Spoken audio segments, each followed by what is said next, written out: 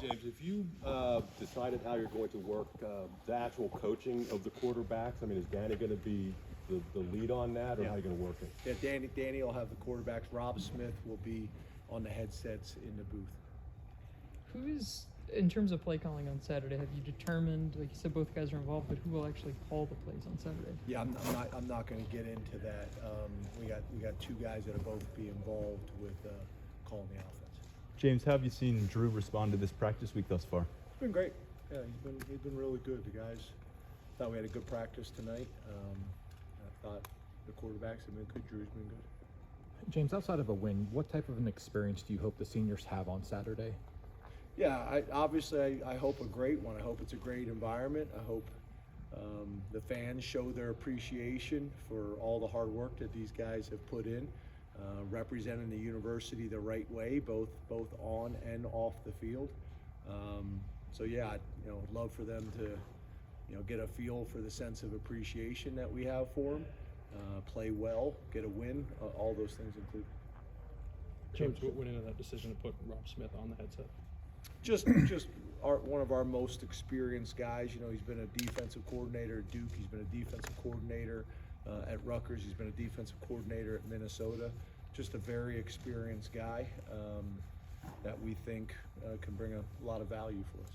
Coach, recruiting question for you. I know with the new portal rules, when a head coach leaves or fired, whatever, the portal opens for that team. Now that a couple of head coaches have been fired, how much attention do you pay those players who are now hitting the portal in the middle of the season? Yeah, that's where the staff, the recruiting staff, kind of handles that. Based on the rules that you just explained, we're aware, and obviously we're tracking that, and we have the recruiting staff kind of handling that, while the coaches are focused on normal game plan and normal prep. James, you mentioned maybe being in every single meeting with the quarterbacks. Has your week looked a little bit different in terms of your offensive involvement, or maybe some of where you are at certain times of the day? Yeah, I've been in the quarterback meetings with Danny. Danny's done a great job. So I've had more of a presence in there. Been more vocal in the offensive meetings. Ty and Jaywan have done a phenomenal job. It's been very collaborative with everybody in the room, really all week long. I think that's been a real positive. Players have been great as well, not only from a game plan perspective, but also getting up in front of the team, whether it's in a team meeting or post practice. The guys have been great. So I've been very pleased with how they've handled it. How do you think that collaboration will change things for you guys Saturday on your offense? Well, we'll see. I mean, obviously, we'll find out for sure on Saturday. But I've been pleased with the process and how the coaches have approached it throughout the week, and all the voices in the room speaking up and giving opinions. And you bring an idea up, and everybody kind of thoroughly investigates it and checks the film to see if it makes sense, and then move forward or not. And I think it's been a real healthy dialogue in there, and we'll see what that equates to on Saturday. But I've been pleased with the process. I felt good about the process and the prep. James, focusing on one senior specifically, you've spent the last 5 years with Keaton Ellis. How has he grown during the time that you spent with him? Yeah, obviously a local guy that we've known for a long time, and came to camp, and his dad actually was working on campus when I first got here in the athletic department.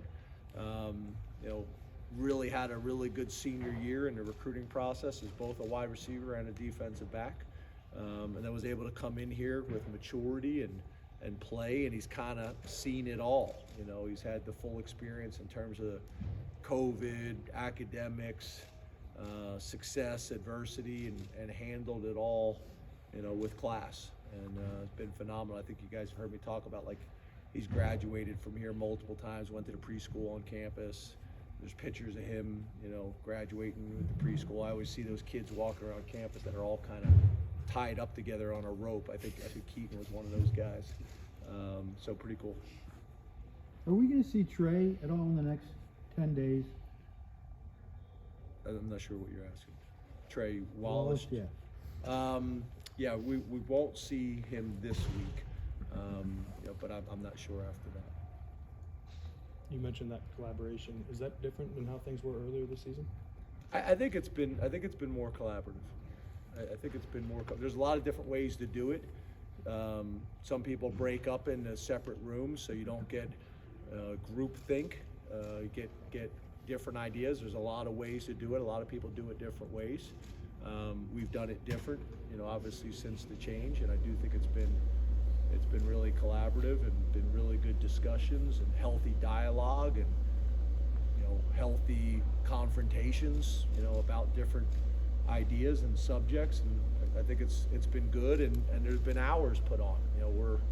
We're obviously down a man, so there's been a lot of hours put in. Guys here early and stay until late, and I think Jay, Juan, and Ty have just done a really good job. There's been some adjustments and things that have been made. They've been organized.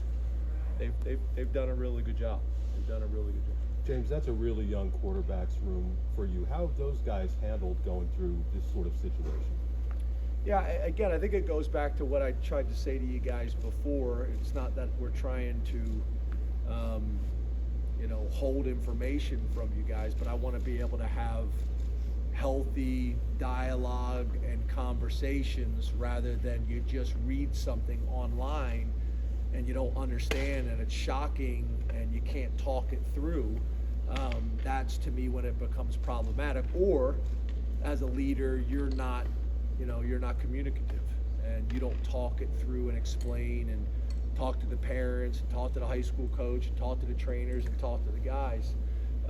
But it's been good. I mean, they've handled it well. Obviously, it's a tough situation, but they've handled it well, and I think also they got a ton of respect for Danny, and Danny's been with those guys, a lot of them through the recruiting process and afterwards. So I think that helped. If it would have been, somebody completely new coming into that room that hadn't been with them, I think that could have been more challenging. James, we saw Caden Saunders play as extensively as he has in his college career this past Saturday. I'm curious what you were able to glean from his extensive run out there, and what you'd like to see from him during the final stretch of his second year on campus. Yeah, he's done some nice things. There's been flashes in practice, and there's been flashes in some games where he's done some nice things. Again, it's back to consistency. I know you guys get sick of me saying that, but it's back to consistency. And the other thing is the work that he has done in the weight room, I think has really helped him. But he's still an undersized guy, so getting as strong as he possibly can and be as explosive as he possibly can. Like I think back to KJ, KJ was undersized, but was one of our better blockers. Was fiercely competitive and wiry, strong.